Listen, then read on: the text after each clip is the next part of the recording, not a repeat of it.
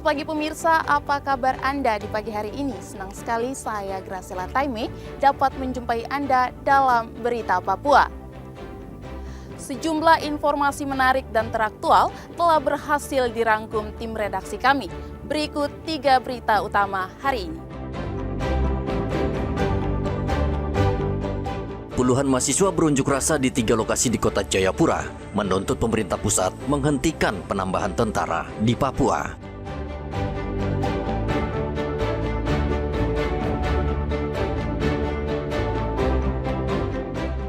Buron selama 7 tahun, koruptor kasus telekomunikasi Papua diringkus di Bandung, Provinsi Jawa Barat.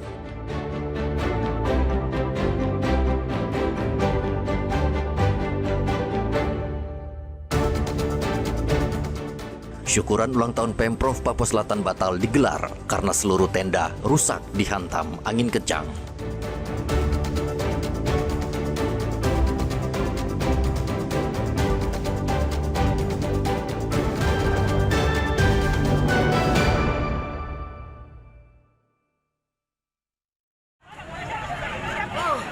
Pemerintah terus memberikan bantuan uang tunai atau bansos bagi keluarga tidak mampu. Pembagian BLT dilaksanakan di kantor pos Merauke dengan sasaran 18.000 penerima manfaat. Warga senang mendapatkan bantuan karena meringankan pengeluaran rumah tangga mereka. Sudah ambil? Sudah. Berapa ratus, Mama? 600. Mama senang dapat kah? Senang. Mama dapat nanti uangnya untuk apa? Mau dipakai untuk apa uangnya nanti? Makan. Sudah, dapat Pak. berapa? 600. Tinggal sama dengan Mama ini. Iya, sama. Tinggal di Wiratos itu. Iya. Oh, terus senang didapatin ya? Iya. Uangnya untuk apa? Belanja apa? Beli makan. Beras doang ya.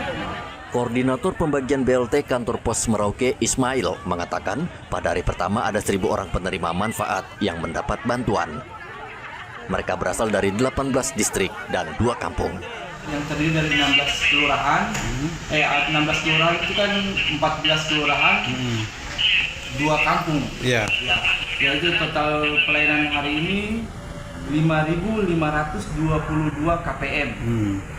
Jadi yang terdiri dari bantuan BLT Kesra dengan nominal 900.000 ini untuk tahap 1. Terus kalau yang sembako PKH ini dia tahap 4, Pak. Kita bayarkan untuk tahap 4-nya.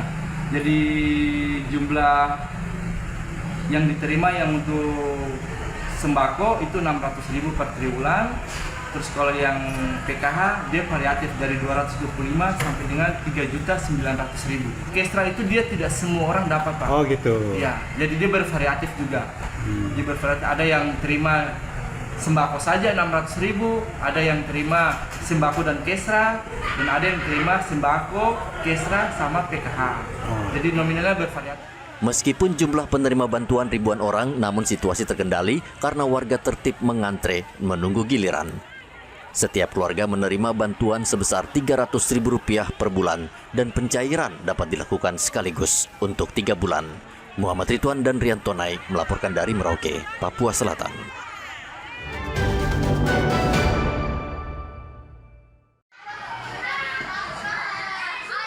Ratusan siswa sekolah dasar Madrasah Ibtidaiyah Merauke diimunisasi di sekolah. Sejumlah siswa ketakutan saat akan disuntik. Bahkan ketakutan siswa membuat petugas medis kewalahan dan memerlukan waktu lebih lama untuk menenangkan mereka sebelum imunisasi dilakukan.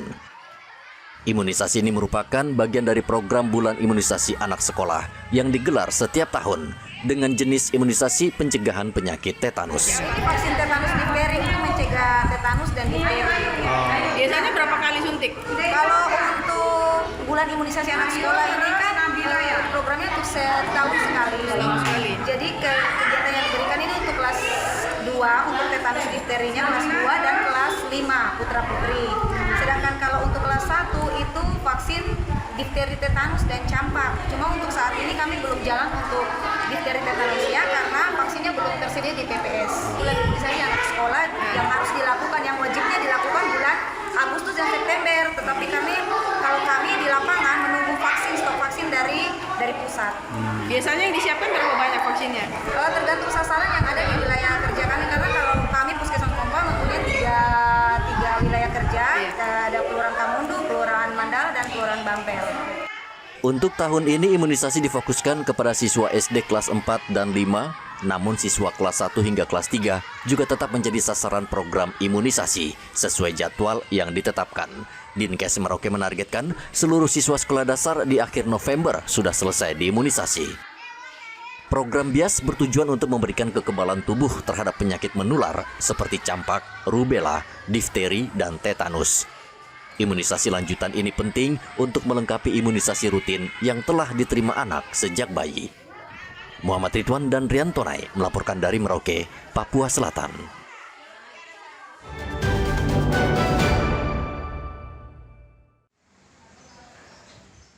Dinas Kesehatan Merauke memberikan perhatian serius terhadap kasus penyakit infeksi menular seksual atau IMS yang belakangan ini marak terjadi.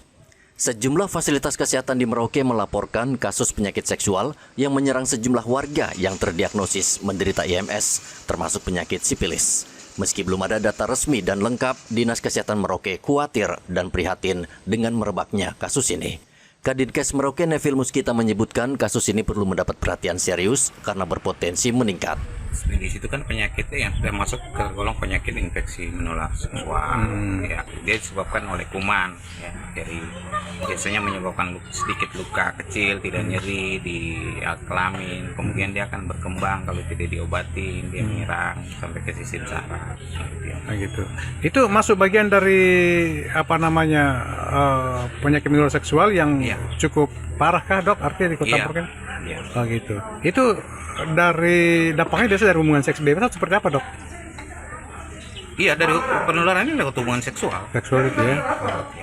Kadinkes mengimbau warga untuk mengenali gejala awal penyakit infeksi menular seksual, antara lain munculnya bercak tidak normal di area genital dan rasa nyeri saat buang air kecil. Warga diharapkan segera memeriksakan diri ke fasilitas kesehatan terdekat agar mendapatkan pengobatan sejak dini. Muhammad Ridwan dan Rian Tonai melaporkan dari Merauke, Papua Selatan.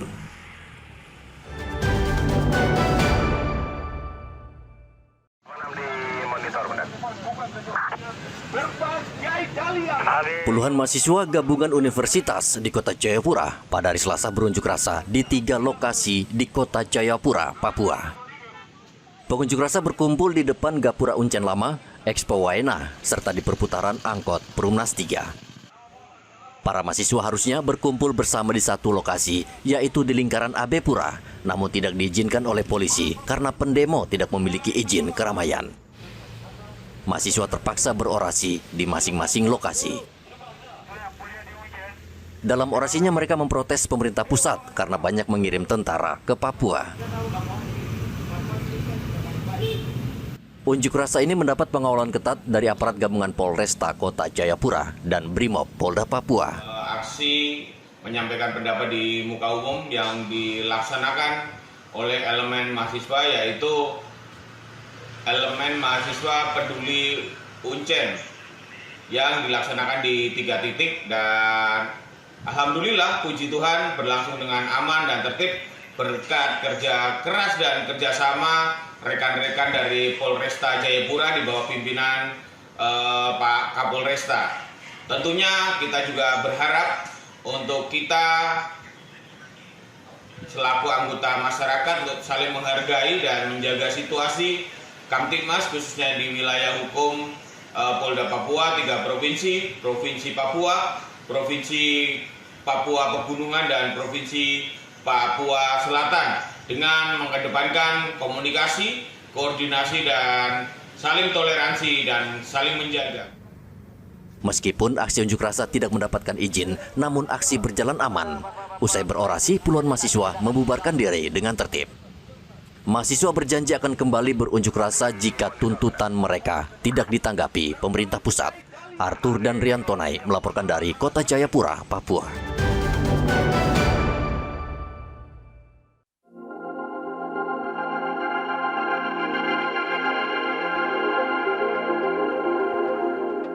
Situasi di Kabupaten Yahukimo, Papua Pegunungan saat ini terkendali setelah pasukan gabungan Polres, Brimob, dan Satgas Operasi Damai Kartens melumpuhkan pimpinan kelompok kriminal bersenjata KKB di kawasan ini. Meski aman dan terkendali, aparat terus meningkatkan patroli dan bersiaga di sejumlah lokasi rawan untuk mengatasi teror dari kelompok kriminal bersenjata. Kabid Humas Polda Papua Kombes Cahyo Soekarnito mengatakan pihaknya akan bertindak tegas dan terukur untuk menjaga stabilitas keamanan di Yaukimo. Dapat saya sampaikan situasi terakhir pasca dilumpuhkannya salah satu pimpinan KKB di Kabupaten Yaukimo. Situasi Kota Dekai, Kabupaten Yaukimo saat ini aman terkendali dengan tetap dilaksanakannya patroli dan strong point oleh personel gabungan baik dari Polres, Satbrimob dan Satgas Operasi Damai Karten untuk tetap memantau situasi dan menjaga situasi terkendali dengan pola operasi tetap sama. Tindakan tegas dan terukur pada para pelaku tindak kejahatan yang selama ini telah merasakan, dan ke depan akan diterapkan juga kegiatan yang sama di beberapa titik yang dianggap rawan untuk melakukan tindakan tegas dan terukur. Sebelumnya pada Sabtu pekan lalu, tim gabungan Satgas Operasi Damai Kartens melumpuhkan Lipet Sobolim, komandan kelompok kriminal bersenjata Yaukimo. Lipet dijuluki Komandan Batalion Semut Merah. Ia bertanggung jawab atas rangkaian teror di Yaukimo yang menyebabkan banyak korban dari warga sipil dan aparat keamanan. Kabupaten Yaukimo, Provinsi Papua Pegunungan saat ini menjadi perhatian aparat keamanan karena dari hasil analisa dan evaluasi Polda Papua, jumlah teror KKB meningkat pesat di kabupaten ini. Dalam 6 bulan terakhir, ada 22 teror KKB di Yaukimo yang mengakibatkan 34 warga serta aparat tewas dibunuh KKB.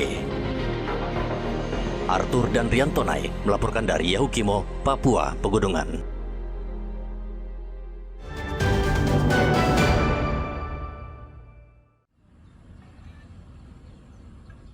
Selama 1 bulan menggelar operasi begal, Polres Kerom menyita 16 sepeda motor berbagai jenis dan merek. Belasan motor ini disita polisi karena tidak dilengkapi surat-surat kendaraan yang sah dan diduga kuat merupakan hasil kejahatan pencurian kendaraan bermotor. Kapolres Kerom AKBP Astoto Budi Rahmantio mengatakan penyitaan ini merupakan bagian dari komitmen Polri untuk memberantas curanmor dan mengembalikan hak-hak masyarakat. Hasil operasi Sikat Karten 2025 di mana kami mengamankan sebanyak 16 kendaraan bermotor roda 2 yang tidak ada kepemilikan maupun dokumen yang sah. Saya, Kapolres Kerom, menyampaikan kepada masyarakat, entah itu Jayapura, Jayapura Kota, maupun khususnya masyarakat Kabupaten Kerom, apabila ada yang memiliki atau merasa memiliki kendaraan yang ada di hadapan saya, silahkan membawa surat-surat kepemilikan yang sah untuk diambil di Polres Kerom. Dan ingat, semua proses tidak dipungut biaya, alias gratis. Kapolres mengimbau masyarakat yang merasa kehilangan motor segera datang ke Mapolres Kerom. Proses pengembalian motor oleh pemilik dapat dilakukan setelah verifikasi dokumen kepemilikan seperti BPKB dan STNK. Polres Kerom memastikan proses pengembalian barang bukti tidak dipungut biaya. Arthur dan Riantonai melaporkan dari Kerom, Papua.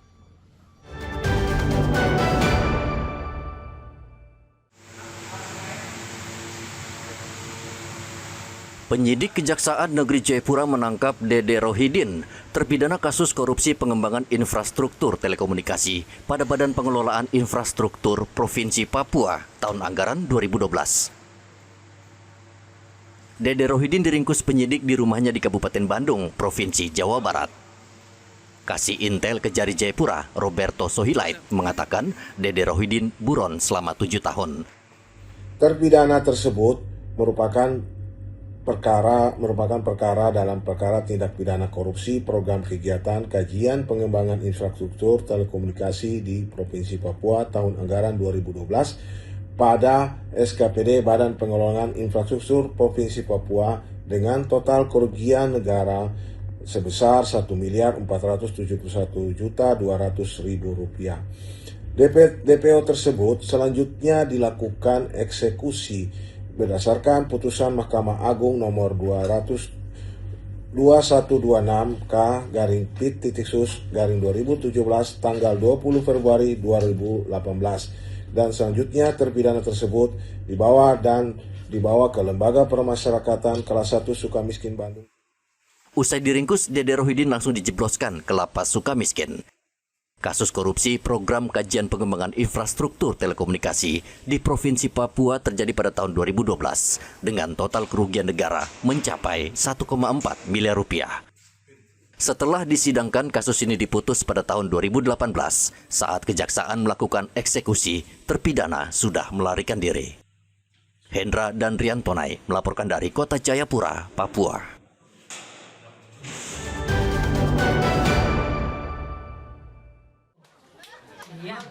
Dinas Pemberdayaan Perempuan dan Perlindungan Anak Papua meluncurkan gerakan orang tua asuh cegah stunting atau yang disingkat menjadi Genting di halaman kantor Gubernur Papua, Kota Jayapura. Program Genting merupakan gerakan berbasis komunitas yang melibatkan individu, kelompok, dan pemerintah daerah sebagai orang tua asuh bagi keluarga kurang mampu, khususnya ibu hamil, menyusui, atau memiliki anak usia di bawah 2 tahun.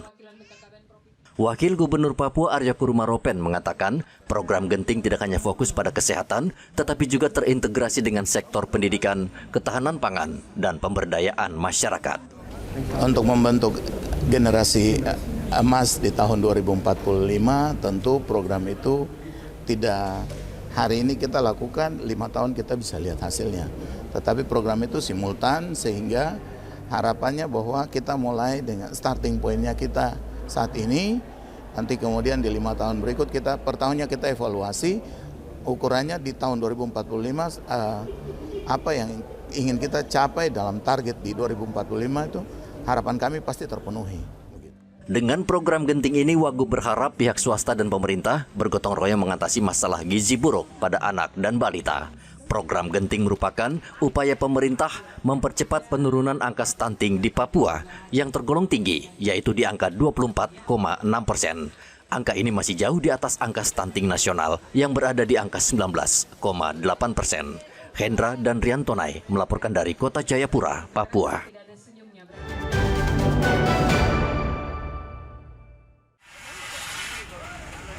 Hujan deras dan angin kencang melanda Kabupaten Merauke, Papua Selatan pada hari Selasa. Angin memporak-porandakan tenda, meja, kursi, dan berbagai peralatan lainnya yang akan digunakan untuk acara HUT Provinsi Papua Selatan di lapangan Kapsul Merauke. Kegiatan akhirnya dibatalkan karena seluruh peralatan dan tenda rusak dan tidak bisa digunakan. Abang, ini tadi terop-terop tenda ini semua terbongkar dari kenapa? Angin ya. Nah, jadi kegiatan peringatan Hari Provinsi Papua Selatan batal. Oh, dibatalkan. Batalkan ya. Rencana ada jadwal lanjut? Kurang tahu juga nanti kapan. Oke. Ini berapa tendanya Pak? Batal apa yang rusak ini? Ada sekitar 7 ya.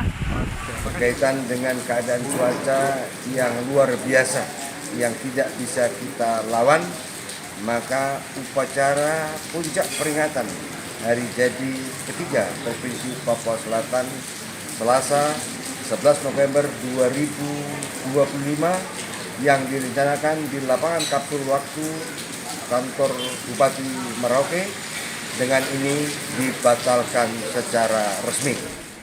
Syukuran dan peringatan HUT Provinsi rencananya akan digelar di dalam aula sehingga tidak bergantung pada cuaca. Cuaca di Kabupaten Merauke sedang buruk. Buruknya cuaca disebabkan karena Merauke dan umumnya di Papua Selatan saat ini memasuki musim pancaroba. Muhammad Ridwan dan Riantonai melaporkan dari Merauke, Papua Selatan.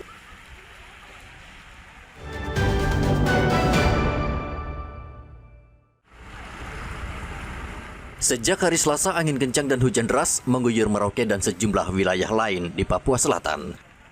Cuaca ekstrem ini menjadi pembahasan ramai di media sosial yang menyebutkan akan terjadi badai besar. Namun isu badai besar yang berhembus itu dibantah oleh BMKG Merauke. Prakirawan cuaca BMKG Merauke Yuniarti memastikan tidak ada badai besar yang dideteksi oleh BMKG dalam waktu dekat. Namun BMKG memperkirakan angin kencang dan hujan masih akan terus terjadi karena saat ini Merauke masuk dalam musim pancaroba atau musim peralihan dari panas ke musim hujan. Untuk pagi hari ini wilayah kota memang diguyur hujan dengan intensitas sedang hingga lebat dari pukul 06.02 WIT atau waktu Indonesia Timur sampai dengan saat ini masih diguyur hujan dengan intensitas ringan, dan diprediksi untuk beberapa jam ke depan kurang lebih pada siang hari hingga sore hari potensi hujan ringan di wilayah Kabupaten Merauke akan menurun, dan di jam 3 sore nanti atau jam 15 waktu Indonesia Timur potensi hujan di wilayah Kabupaten Merauke akan berkurang. Untuk hari ini potensi angin kencang hanya terjadi pagi tadi saja, dan untuk beberapa jam ke depan tidak ada potensi hujan pada ini. BMKG juga mengimbau warga tidak percaya isu provokatif di media sosial dan terus melakukan update informasi di kanal resmi BMKG yang ada di website dan media sosial resmi. Muhammad Ridwan dan Rian Tonai melaporkan dari Merauke, Papua Selatan. Pemirsa, informasi tadi sekaligus mengakhiri jumpa kita dalam Berita Papua. Saya Graciela Taime, mewakili tim kerabat kerja yang bertugas menyampaikan terima kasih, selamat beraktivitas, sampai jumpa. Wanyambe.